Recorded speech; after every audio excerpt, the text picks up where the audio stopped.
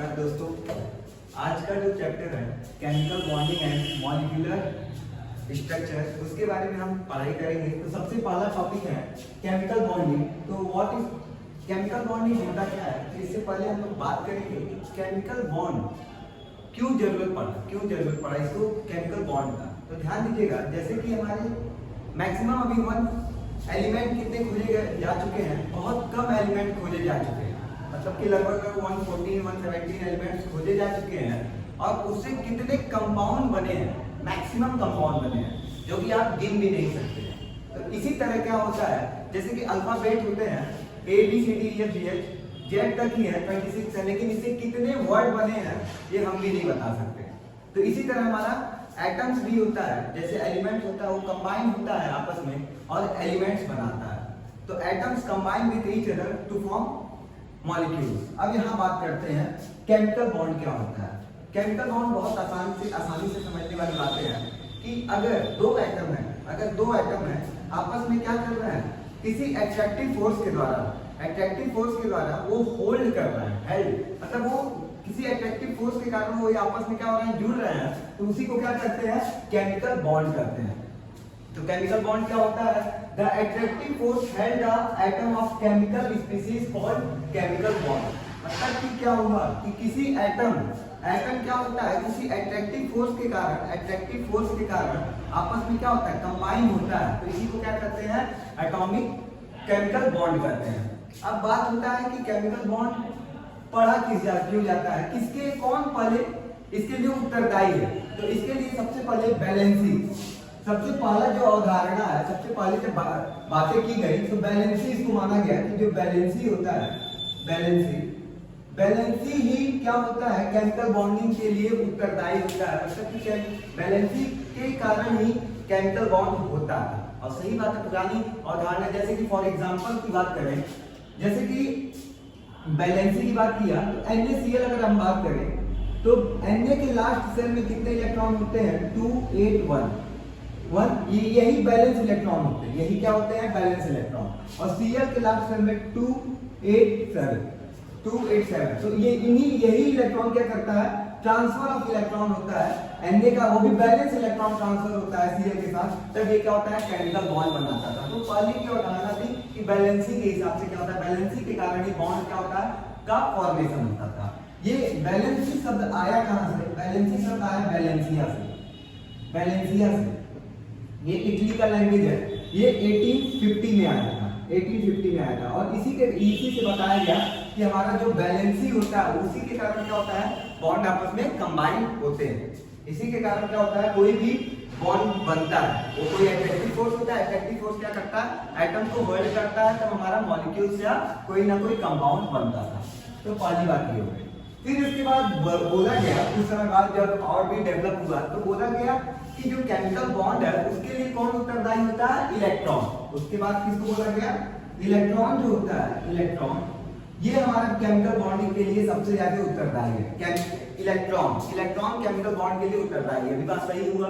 Valency electron, पहले बोला गया बैलेंसी, लास्ट में बोला गया इलेक्ट्रॉन। जो बैलेंस के इलेक्ट्रॉन है वही क्या होता है, केमिकल बॉन्डिंग के लिए क्या करते थे, उत्तरदायी थे। कि अगर हमारा जो बैलेंस सेल का इलेक्ट्रॉन है वही आपस में क्या करता है, बॉन्ड बनाता है, वही क्या करता है, बॉन्ड बनाता है। तो यहाँ से केमिकल बॉन्ड खत्म होता है।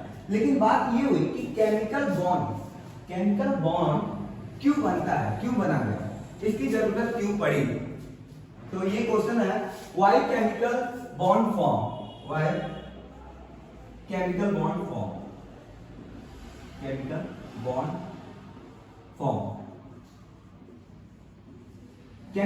क्यों फॉर्म किया गया। तो पहली बात, केमिकल बॉन्ड को फॉर्म क्यों किया गया, क्योंकि जो ध्यान दीजिएगा, कोई भी होता है, कोई भी आप हो या हम हो या कोई भी इस दुनिया में जितने भी चीज है वो अपने लोवेस्ट एनर्जी लेवल में रहना चाहते हैं। वो अपने किस में रहना चाहते हैं, लोवेस्ट एनर्जी लेवल में रहना चाहते हैं।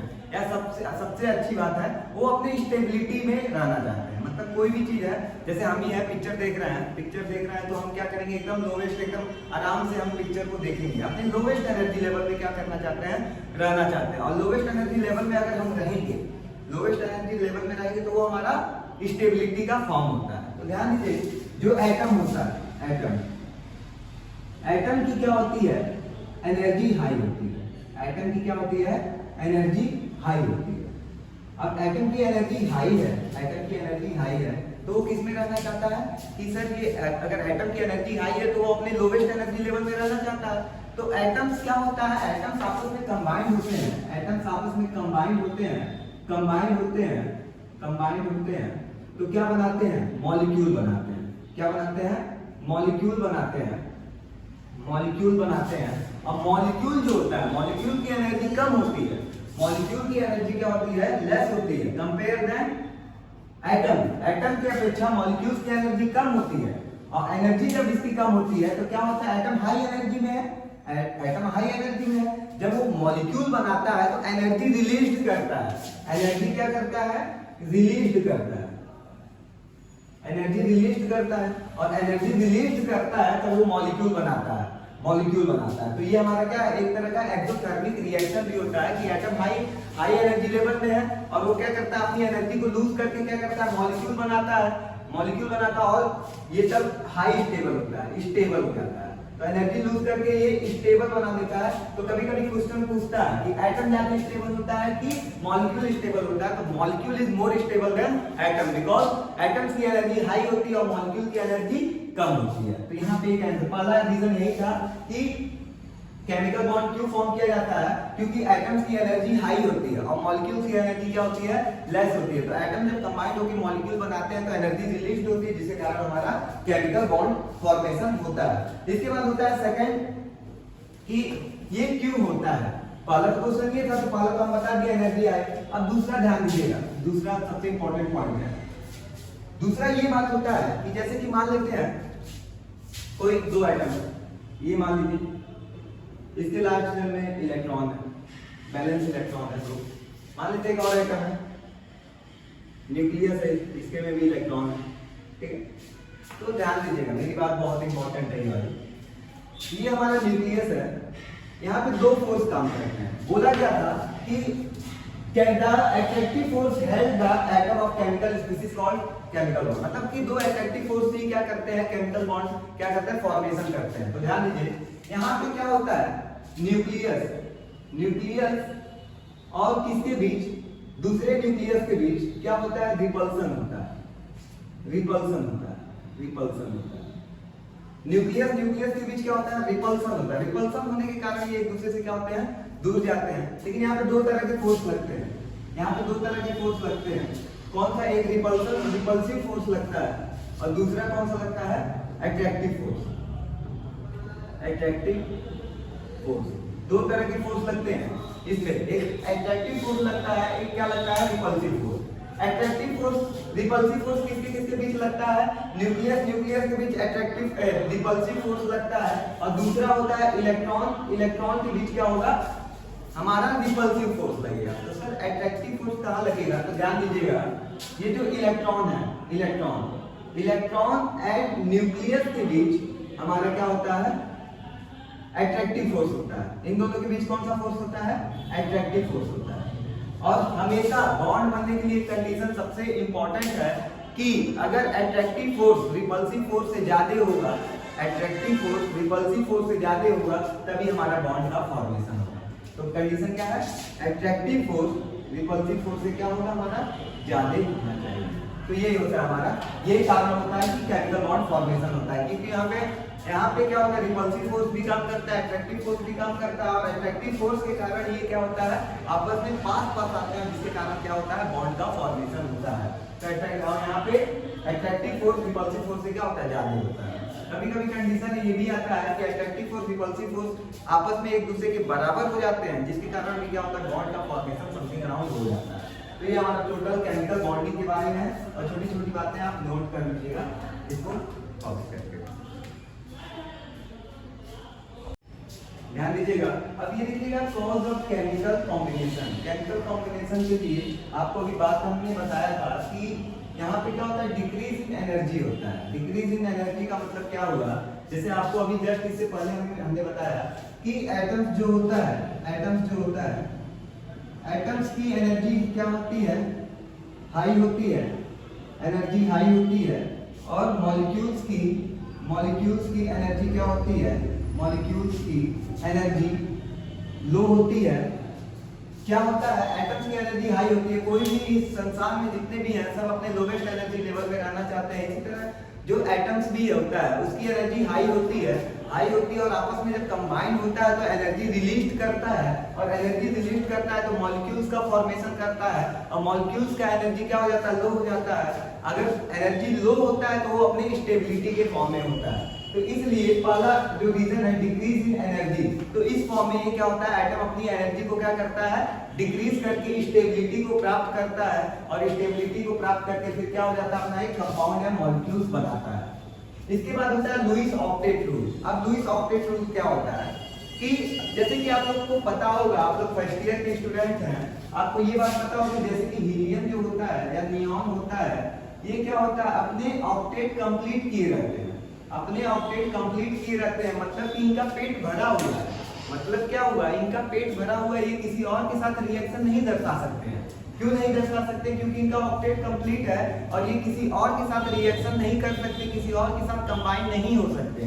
क्यों नहीं हो सकते, क्वेश्चन ये है, क्योंकि ये क्या होते हैं, पहले से ही ऑक्टेट कंप्लीट रहता है, इनके पास इलेक्ट्रॉन को लेने की क्षमता नहीं होती, ये स्टेबिलिटी के फॉर्म में होते हैं, इनकी ये स्टेबल होते हैं, ये लोवेस्ट एनर्जी लेवल में रहते हैं, जिसके कारण ये क्या करते हैं, मतलब इलेक्ट्रॉन को ना तो लूज करते हैं ना तो इलेक्ट्रॉन को लेते हैं। तो ये कोई भी कंपाउंड जल्दी बनाते नहीं है और कोई भी किसी के साथ ये रिएक्शन नहीं कर पाते। बट बात करते हैं जो अदर एलिमेंट्स होते हैं, अदर एलिमेंट्स की बात करें, जैसे कि मान लेते हैं सोडियम हुआ और Cl हुआ, ये दोनों आयनिक बॉन्ड दर्शाते हैं। आप सारे बच्चों को पता है कि ये आयनिक बॉन्ड बनाते हैं। तो आयनिक बॉन्ड बनाते हैं मतलब 2 8 1 होता है, लास्ट सेल में इलेक्ट्रॉन 1 होता है, और Cl के लास्ट सेल में 2 8 7 होता है। दोनों क्या करते हैं, ध्यान दीजिएगा, जो सोडियम होता है, सोडियम के हम हमेशा बोलते हैं कि बैलेंस इलेक्ट्रॉन्स के कारण ही बॉन्ड का फॉर्मेशन होता है, ये कंबाइन होता है, केमिकल बॉन्ड कहलाता है।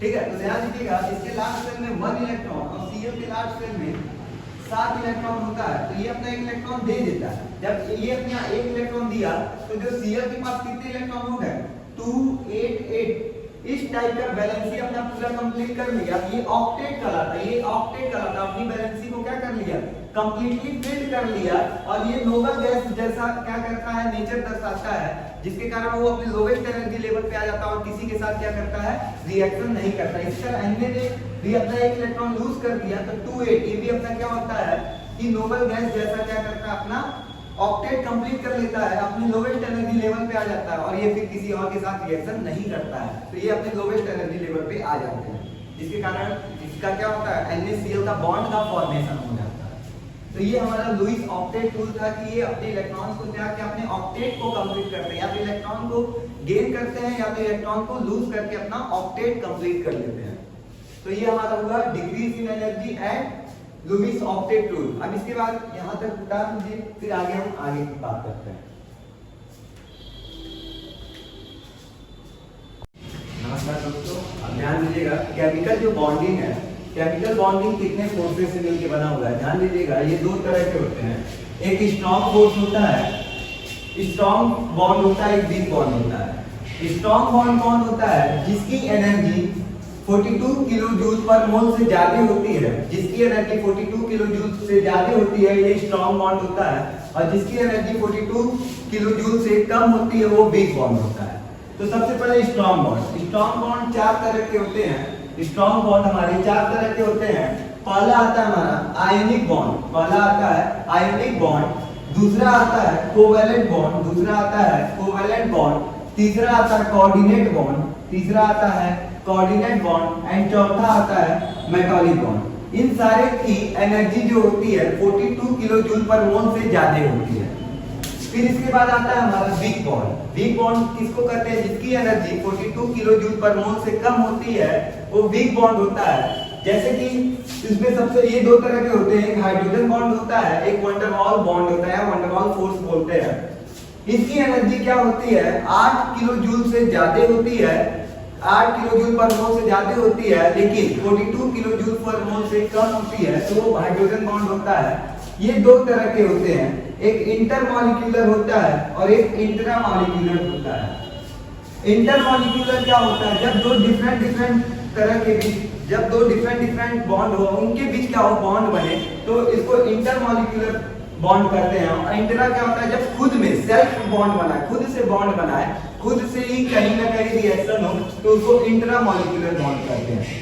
इसके बाद वंडर वॉल फोर्सेस जो होते हैं वो चार, ये क्या होते हैं 8 किलो जूल पर मोल से भी इसकी एनर्जी क्या होती है लेस होती है। ये 4 तरह के होते हैं। डाइपोल फोर्सेस होते हैं जिसको वैज्ञानिक के नाम पे रख दिया गया, किसम फोर्स के नाम पे रख दिया गया। एक होता है डाइपोल इंड्यूस्ड डाइपोल फोर्स, इसको डिबाई फोर्स करते हैं। और थर्ड जो होता है हमारा इंड्यूस्ड डाइपोल होता है जिसको लंदन फोर्स या डिस्पर्सन फोर्स भी करते हैं। ठीक है, तो ये हमारे क्या है केमिकल बॉन्ड्स कितने तरह से डिवाइड है ये आगे सामने आते हैं। लेकिन एक और होता है आयन डाइपोल बॉन्ड और आयन इंड्यूस्ड डाइपोल बॉन्ड, इसको हम लोग वंडर वॉल्स फोर्सेस में नहीं काउंट करते हैं। तो इतनी सारी चीजें हैं। ये केमिकल बॉन्डिंग कितने पे डिपेंड है, कितने तरह से बांटा गया है, ये सारा आपके सामने आप लोग अपने कॉपी में नोट कर लीजिए।